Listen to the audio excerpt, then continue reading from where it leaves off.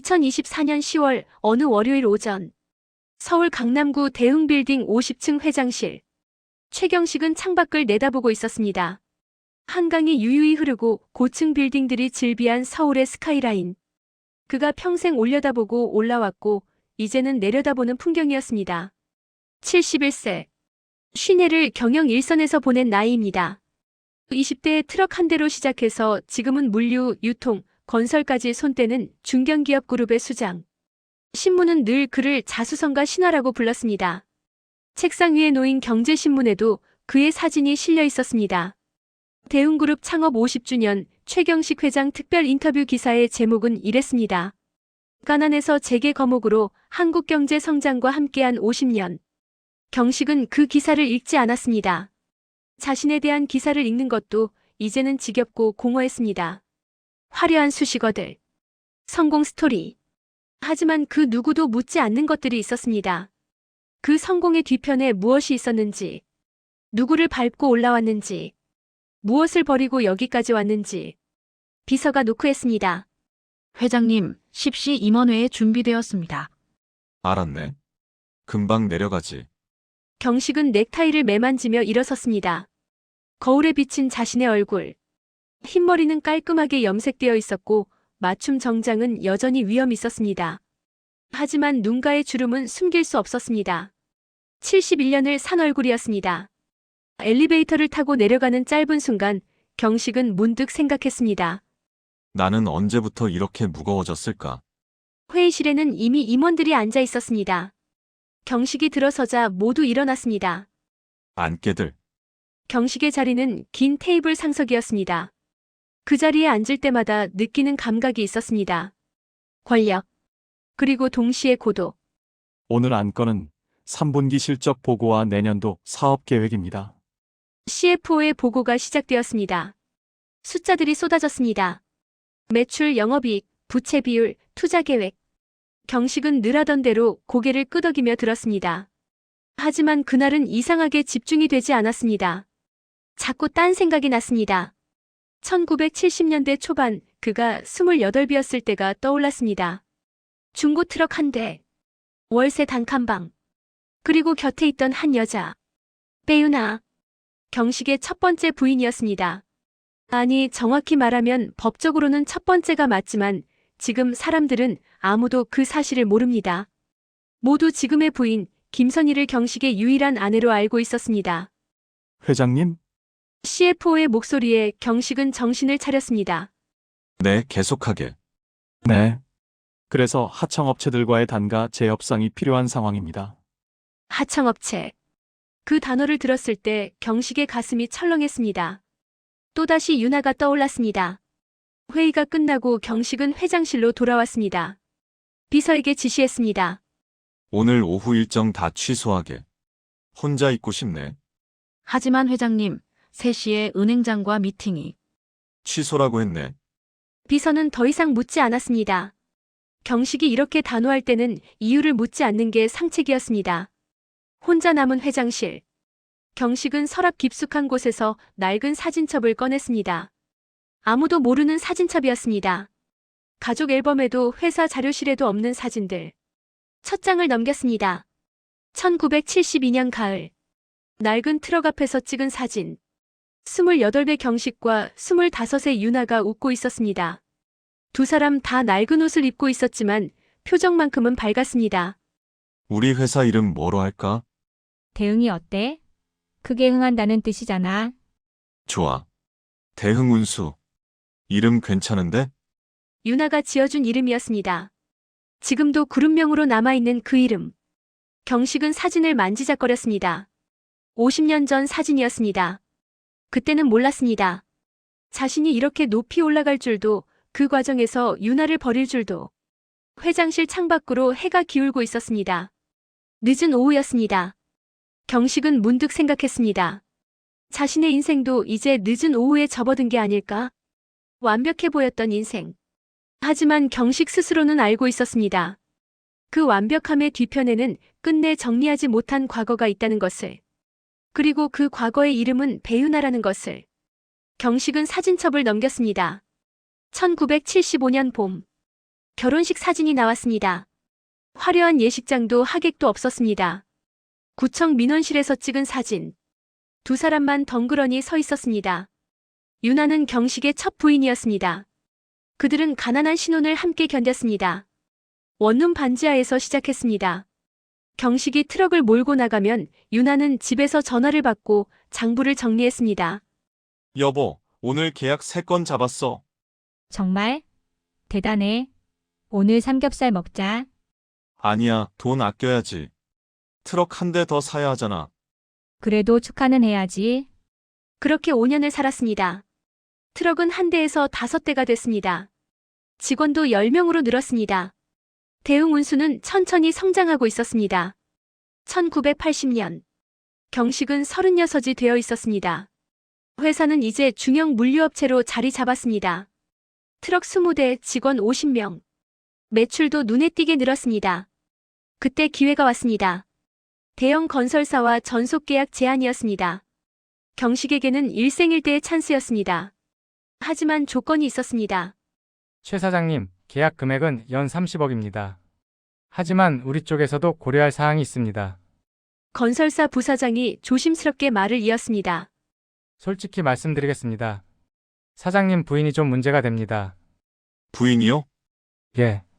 저희 회장님 라인에서는 가문과 학벌을 중요하게 봅니다. 사모님이 고졸 출신이시고 집안 배경도 평범하시다고 들었습니다. 경식의 얼굴이 굳었습니다. 유나는 경기도 작은 시골 출신이었습니다. 고등학교를 졸업하고 서울로 올라와 식당에서 일하다가 경식을 만났습니다. 그게 무슨 상관입니까? 물론 사장님 능력은 인정합니다. 하지만 앞으로 더 큰 일을 하시려면 인맥도 중요합니다. 이 바닥이 그렇습니다. 경식은 그날 밤 잠을 이루지 못했습니다. 30억. 그 돈이면 회사를 2배로 키울 수 있었습니다. 하지만 유나를 버리라는 말이었습니다. 며칠 후 경식의 법률 고문이 찾아왔습니다. 사장님, 김선희 씨를 아십니까? 누굽니까? 서울법대 출신이고 아버지가 전직 국회의원입니다. 지금 31세 미혼입니다. 그걸 왜 제게? 건설사 쪽에서 소개를 원합니다. 만나만 보시라고요. 경식은 거절하려 했습니다. 하지만 현실이 발목을 잡았습니다. 그 계약을 놓치면 회사 성장은 거기까지였습니다. 경쟁사는 이미 뒤를 바짝 쫓아오고 있었습니다. 한 달 동안 경식은 고민했습니다. 유나에게는 말하지 못했습니다. 어떻게 말할 수 있겠습니까? 당신과 헤어져야 회사가 산다고. 1980년 가을 경식은 김선희를 만났습니다. 고급 호텔 커피숍이었습니다. 선희는 우아했습니다. 말투, 옷차림, 매너 모든 게 세련됐습니다. 유나와는 완전히 다른 세계의 사람이었습니다. 최 사장님, 제 아버지가 사장님 이야기를 많이 하시더라고요. 젊은데 사업 수완이 대단하시다고. 과찬이십니다. 저는 솔직한 게 좋아요. 우리 만남이 어떤 의미인지 알고 계시죠? 예, 사업가는 현실을 보는 사람이어야 한다고 생각해요. 그날 이후 경식은 매주 선희를 만났습니다. 거래였습니다. 사랑이 아니라 계산이었습니다. 경식에게는 계약과 인맥이 필요했고 선희에게는 성공 가능성이 높은 남편감이 필요했습니다. 석 달 후 경식은 유나에게 말했습니다. 미안해. 무슨 일이야? 우리 헤어져야 할 것 같아. 유나는 얼어붙었습니다. 한참을 말이 없다가 물었습니다. 다른 여자 생겼어? 그게 아니라 그럼 뭐야? 갑자기 왜? 경식은 설명할 수 없었습니다. 회사 때문이라고 말할 수 없었습니다. 너무 비겁해 보였으니까요. 그냥 안 맞는 것 같아. 안 맞는 게 아니라 내가 부족한 거지? 유나의 눈에서 눈물이 흘렀습니다. 학벌? 집안? 그것 때문이지? 경식은 대답하지 못했습니다. 유나는 웃었습니다. 슬픈 웃음이었습니다. 그래. 알았어. 나 같은 사람은 당신 옆에 있으면 안 되는 거지. 유나야, 서류 보내. 서명할게. 유나는 짐을 쌌습니다. 많지 않았습니다. 옷가지 몇 벌, 사진첩 하나. 그게 전부였습니다. 유나야 위자료. 필요 없어. 나는 당신한테서 받을 거 하나도 없어. 유나는 돌아서서 문을 나갔습니다. 뒤돌아보지 않았습니다. 경식도 붙잡지 않았습니다. 이혼 서류는 일주일 후 도착했습니다. 유나의 서명이 되어 있었습니다. 경식은 그 서류에 도장을 찍었습니다. 석 달 후 경식은 김선희와 재혼했습니다. 신문에는 중견기업인 최경식 씨, 국회의원 영애와 결혼이라는 기사가 났습니다. 하객 500명이 넘는 성대한 결혼식이었습니다. 계약도 성사됐습니다. 회사는 급성장했습니다. 경식은 성공 가도를 달렸습니다. 하지만 밤마다 유나가 떠올랐습니다. 그 슬픈 웃음, 나는 당신한테서 받을 거 하나도 없어.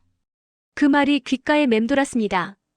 경식은 그게 깔끔한 이별이라 믿었습니다. 하지만 알고 있었습니다.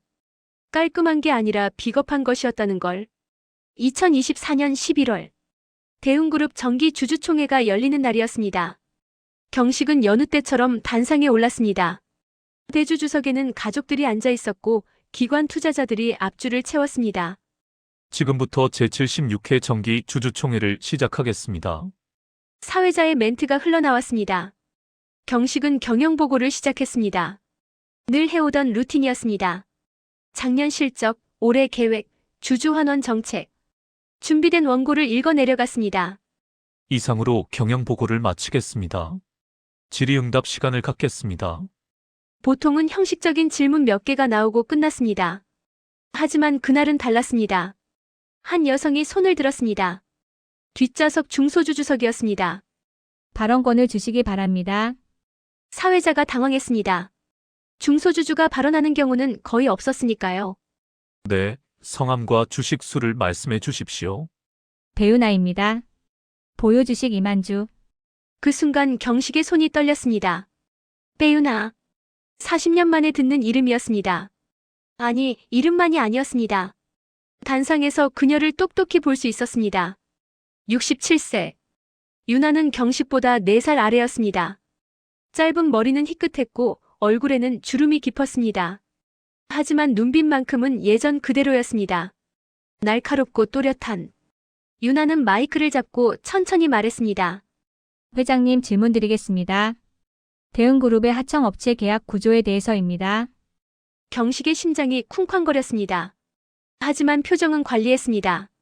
71년을 살면서 익힌 기술이었습니다. 말씀하십시오. 저는 현재 청솔물류라는 중소기업을 운영하고 있습니다. 대웅그룹의 3차 협력사입니다. 그런데 지난 5년간 납품 단가는 동결된 반면 우리가 부담해야 하는 각종 비용은 30% 증가했습니다. 주주총회장이 술렁였습니다. 그뿐만 아닙니다. 대웅그룹은 1차 협력사에게 매출의 2%를 수수료로 받습니다. 1차는 다시 2차에게 2%를 받습니다. 2차는 3차에게 또 2%를 받습니다. 결국 우리 같은 말단 업체는 총 6%를 떼이고 일하는 겁니다. 유나의 목소리는 떨리지 않았습니다. 회장님께 묻겠습니다. 이 구조가 공정하다고 생각하십니까? 누군가는 계속 손해를 봐야만 이 시스템이 굴러갑니다. 그게 맞습니까? 경식은 준비된 답변을 했습니다. 협력사 상생은 저희 그룹의 최우선 과제입니다. 말씀하신 부분은 실무진과 협의하도록 하겠습니다. 실무진과 협의? 10년째 듣는 말입니다. 유나가 자료를 들어 올렸습니다. 여기 지난 10년간 대웅그룹 영업이익률과 협력사 평균 영업이익률 비교 자료가 있습니다. 대웅그룹은 12%에서 18%로 증가했습니다. 반면 협력사들은 5%에서 2%로 하락했습니다. 주주들이 웅성거렸습니다. 기자들이 카메라를 들이댔습니다. 회장님, 대웅그룹은 상생 경영을 모토로 내세우고 계십니다. 하지만 현실은 정반대입니다. 이것이 회장님이 말씀하시는 상생입니까? 경식은 대답할 수 없었습니다. 유나의 말은 사실이었으니까요. 대웅그룹의 성장은 수많은 협력사의 희생 위에 있었습니다. 그는 알고 있었습니다. 다만 외면해왔을 뿐이었습니다. 실무진에게 지시하여 개선 방안을 마련하겠습니다. 경식의 대답은 무력했습니다.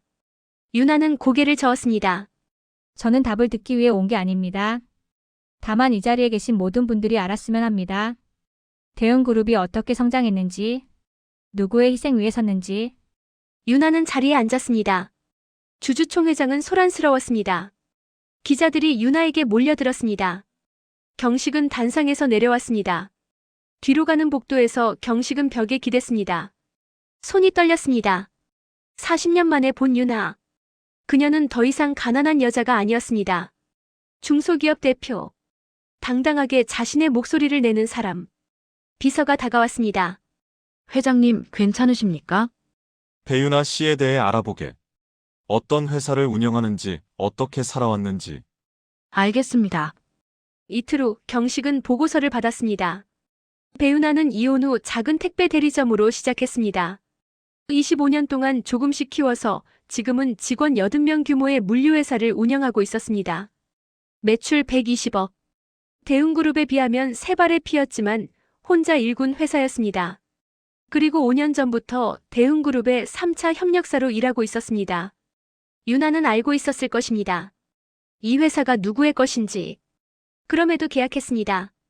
경식은 보고서를 덮었습니다. 가슴이 답답했습니다. 유나의 말이 머릿속에 맴돌았습니다. 누군가는 계속 손해를 봐야만 이 시스템이 굴러갑니다. 그 누군가의 유나도 포함되어 있었습니다. 40년 전 경식이 버린 여자. 그녀는 여전히 경식의 그늘 아래 있었습니다.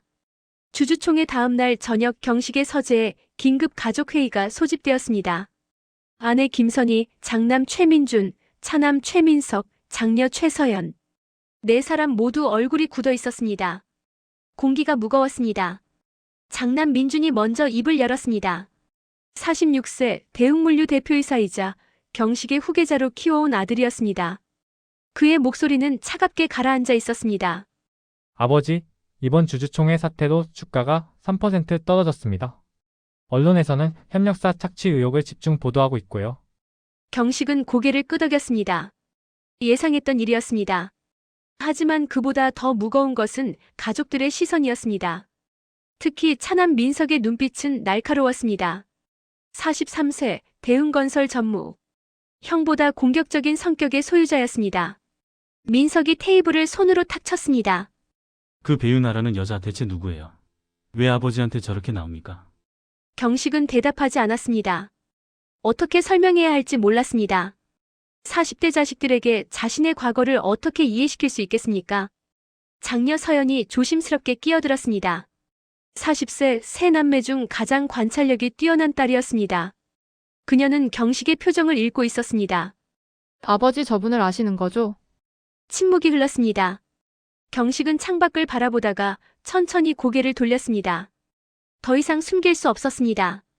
내 첫 번째 아내였어. 서재가 얼어붙었습니다. 세 자녀는 놀란 표정으로 서로를 바라봤습니다. 아내 선희만이 표정 변화 없이 남편을 응시했습니다. 72세 44년을 함께 산 아내였지만 이 순간만큼은 낯선 사람을 보는 것 같았습니다. 민준이 어이없다는 듯 물었습니다. 첫 번째요. 아버지 결혼 한 번 하신 거 아니었습니까?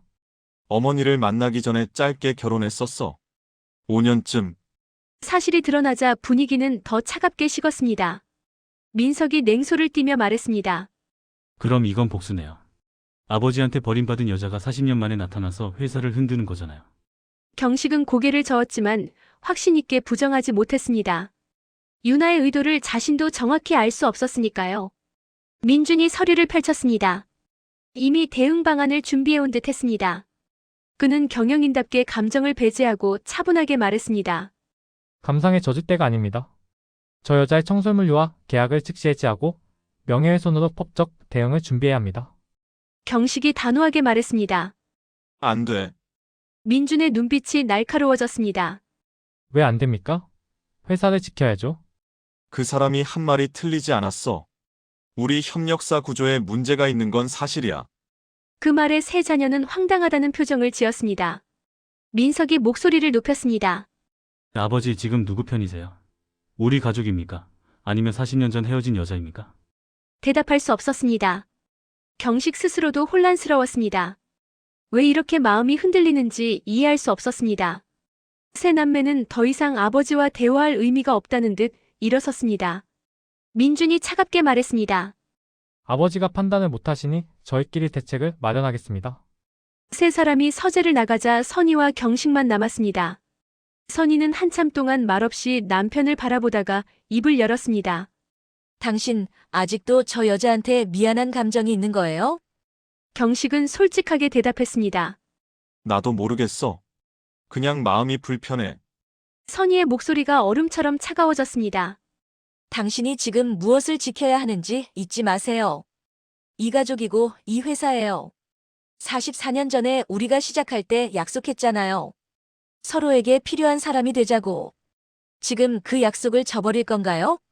선희도 서재를 나갔습니다. 경식은 완전히 혼자가 되었습니다.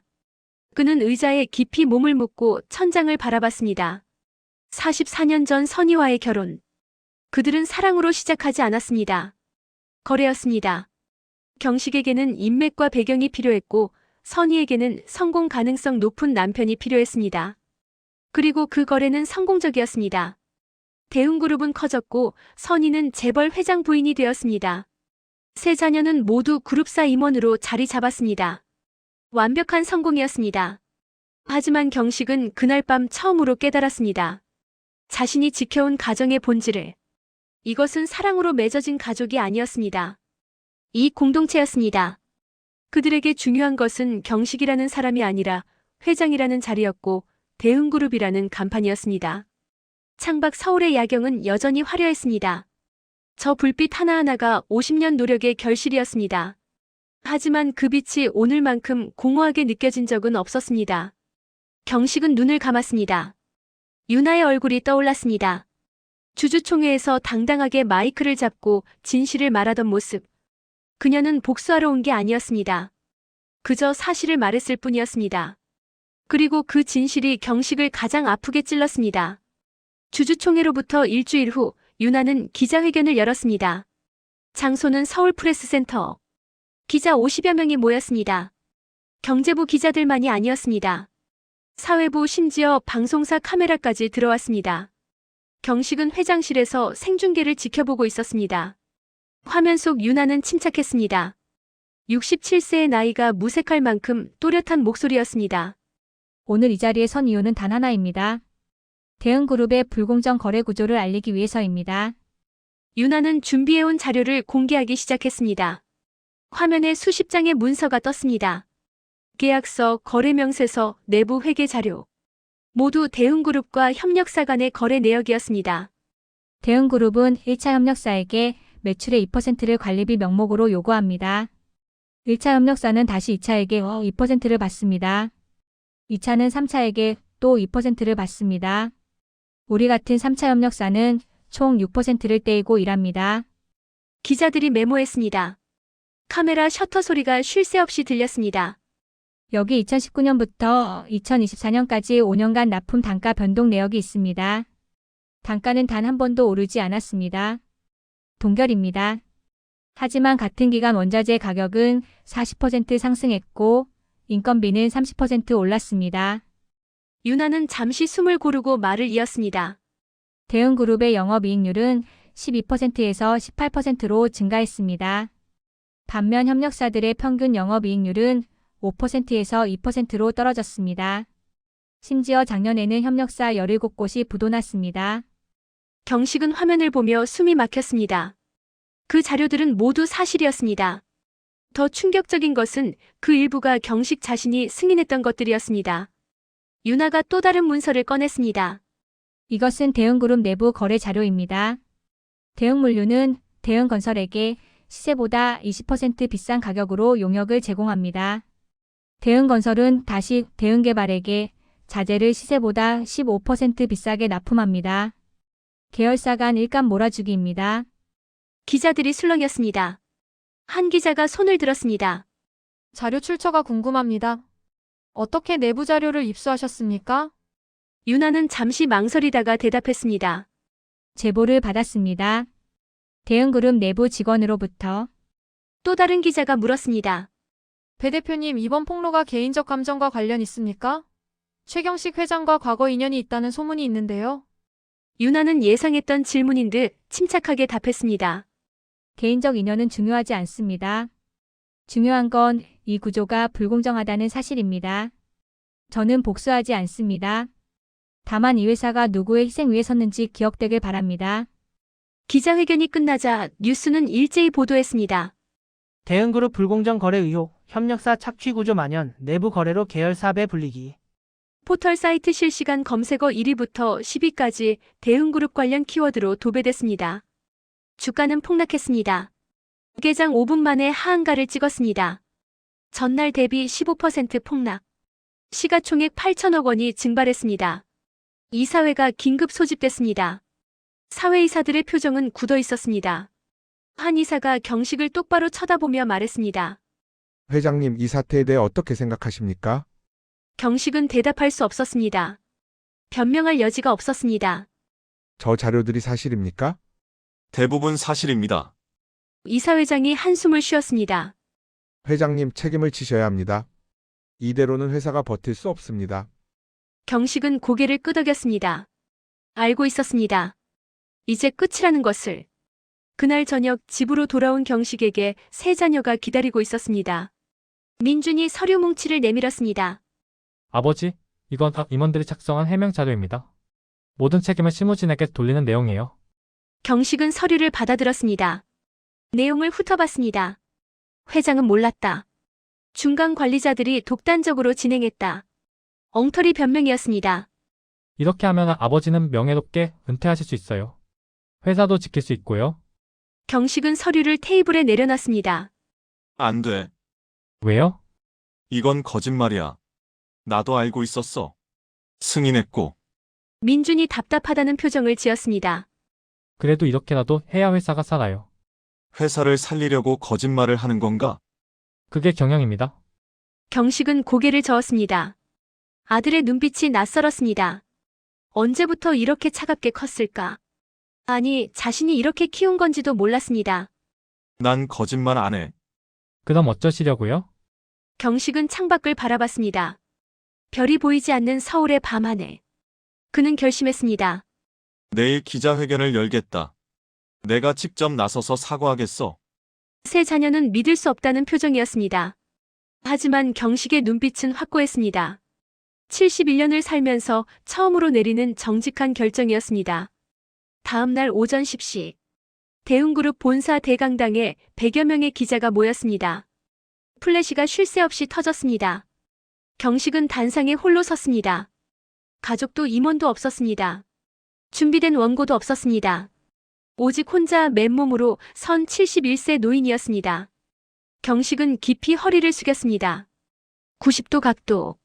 10초 동안 그 자세를 유지했습니다. 강당이 조용해졌습니다.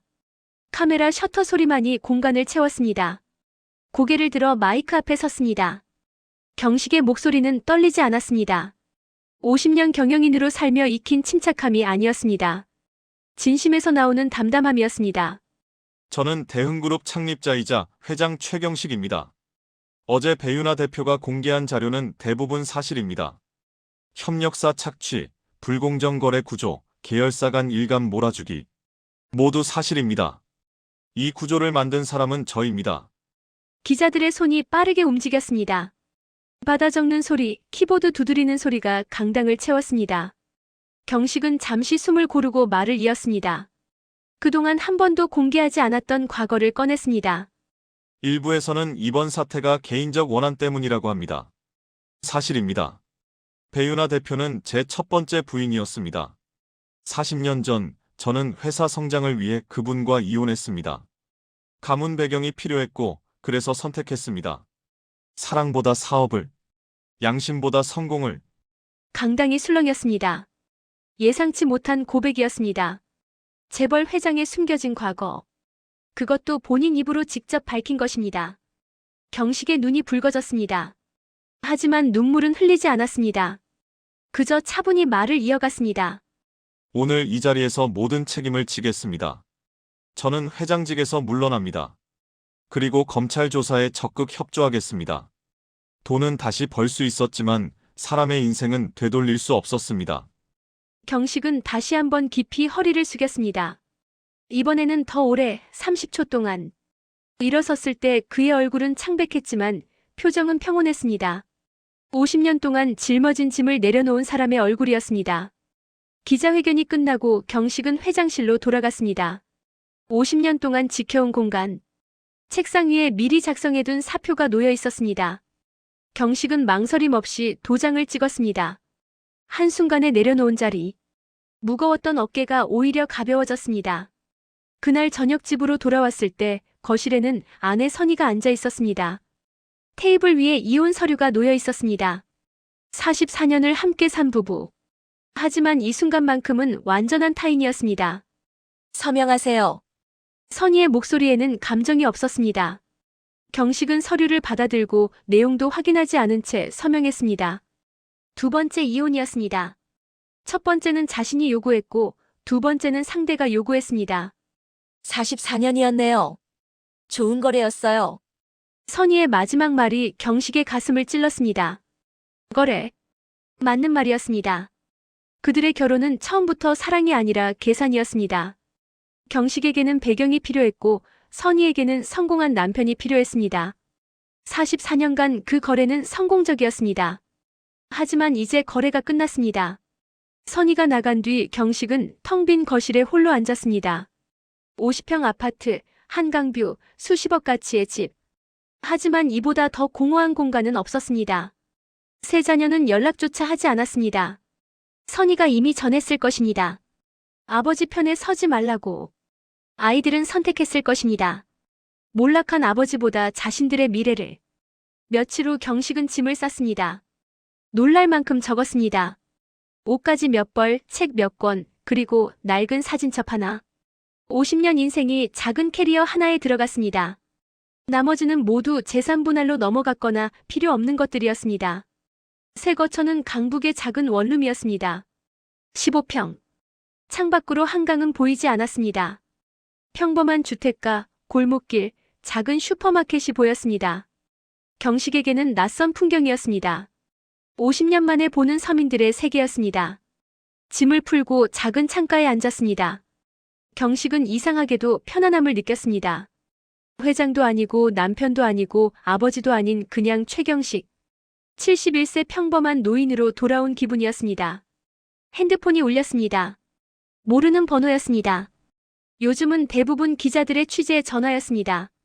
받지 않으려다가 손이 움직였습니다. 여보세요?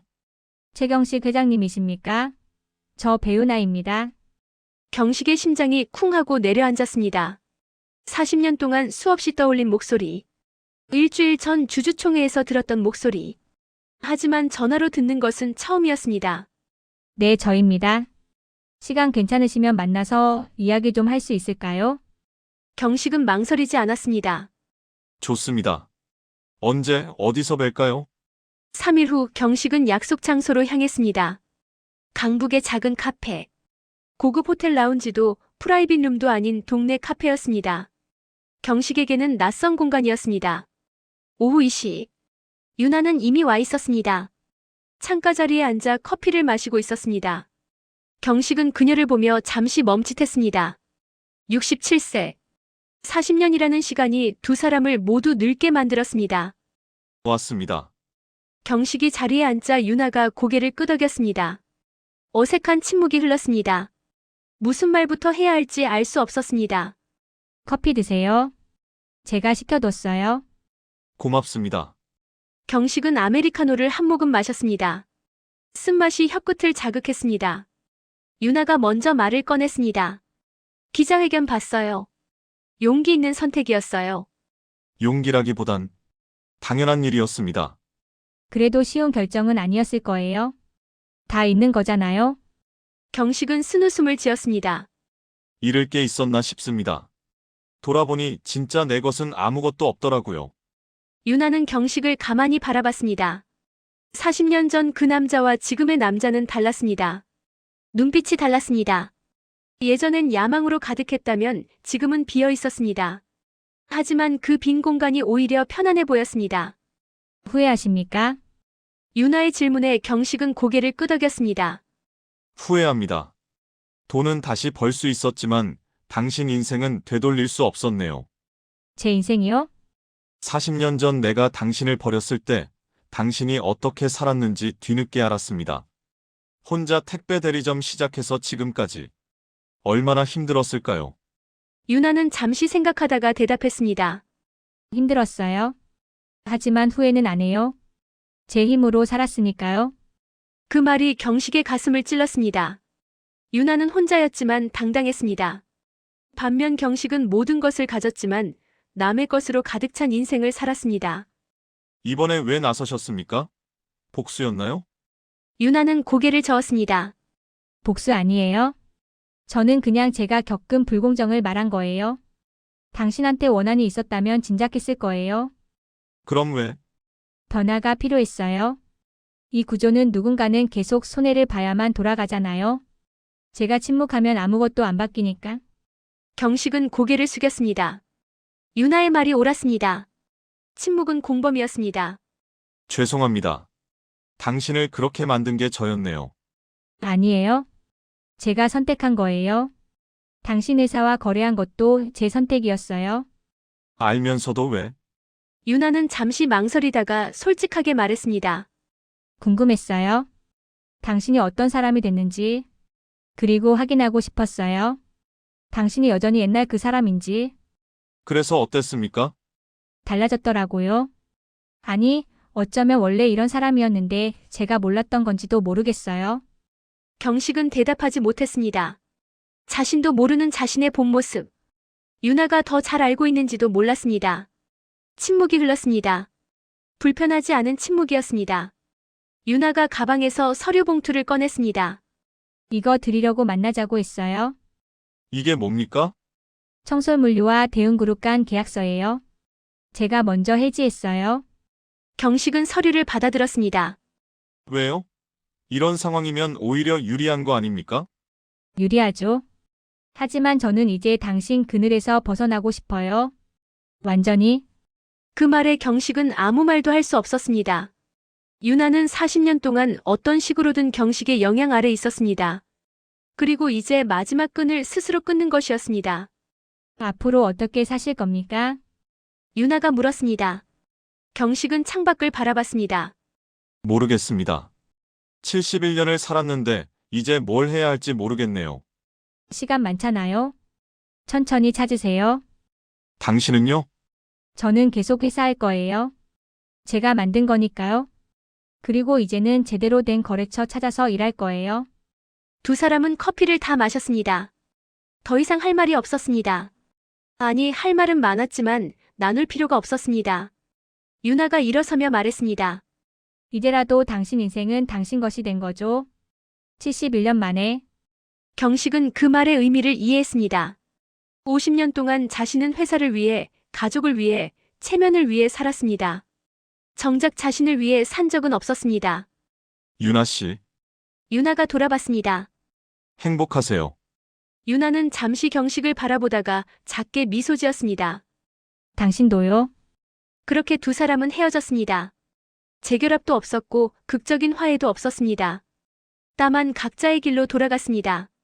카페를 나온 경식은 천천히 걸었습니다. 갈 곳은 15평 원룸뿐이었습니다. 하지만 발걸음은 가벼웠습니다. 71세. 남은 인생이 얼마나 될지 모릅니다. 하지만 이제는 자신을 위해 살 수 있을 것 같았습니다. 경식은 안다. 자신의 인생에서 가장 큰 파산은 돈이 아니라 양심이었다는 것을. 그리고 이제야 비로소 문 하나를 제대로 닫았다는 것을. 새로운 문은 아직 열리지 않았습니다. 하지만 괜찮았습니다. 처음으로 자신의 손으로 문을 여는 삶이 시작될 것이니까. 71세 재벌 회장. 재계 순위 30위권 50년 자수성가 신화. 하지만 그 성공의 뒤편에는 버린 사랑과 착취한 사람들이 있었습니다. 40년 만에 다시 나타난 첫 번째 아내, 배유나. 그녀는 복수하지 않았습니다. 다만 진실을 말했을 뿐이었습니다. 경식은 선택의 기로에 섰습니다. 거짓으로 지키거나 진실로 무너지거나. 그는 선택했습니다. 71년 만에 처음으로 자신을 위한 선택을. 이 이야기가 전하는 메시지는 무엇일까요? 진짜 성공은 무엇을 얻었느냐가 아니라 무엇을 지켰느냐다. 경식은 돈과 권력을 얻었지만 양심을 잃었습니다. 사랑을 버렸고 사람을 착취했고 거짓 위에 섰습니다. 50년 동안 쌓아올린 재국. 하지만 그 안에 진짜 자신은 없었습니다. 71세가 되어서야 그는 깨달았습니다. 가장 큰 파산은 돈이 아니라 양심이었다는 것을. 우리 세대는 알고 있습니다. 성공을 위해 무엇을 희생했는지. 가족 건강, 양심, 때로는 자신의 행복까지. 하지만 돌아보면 묻게 됩니다. 그래서 나는 행복했는가? 경식은 모든 것을 잃고 나서야 처음으로 자유로워졌습니다. 회장이라는 가면, 가장이라는 의무, 성공자라는 허상. 모두 벗어던지고 나니 비로소 최경식이라는 사람이 보였습니다. 혹시 여러분도 이런 경험 있으신가요? 성공을 위해 무언가를 희생한 기억. 돌아보니 후회되는 선택. 너무 늦었다고 생각했지만 그래도 바로잡고 싶은 것. 댓글로 여러분의 이야기를 들려주세요. 71세에도 새로운 시작을 할 수 있다. 이것이 오늘 이야기의 가장 큰 메시지입니다. 나이는 변명이 될 수 없습니다. 늦었다고 포기할 이유도 없습니다. 진실한 선택은 언제나 옳습니다. 좋아요는 이런 진심 어린 이야기가 더 많은 분들께 전해지도록 돕습니다. 구독하시면 매주 시니어 세대의 깊이 있는 이야기를 만나실 수 있습니다. 알림 설정까지 해두시면 새 영상이 올라올 때마다 바로 받아보실 수 있습니다.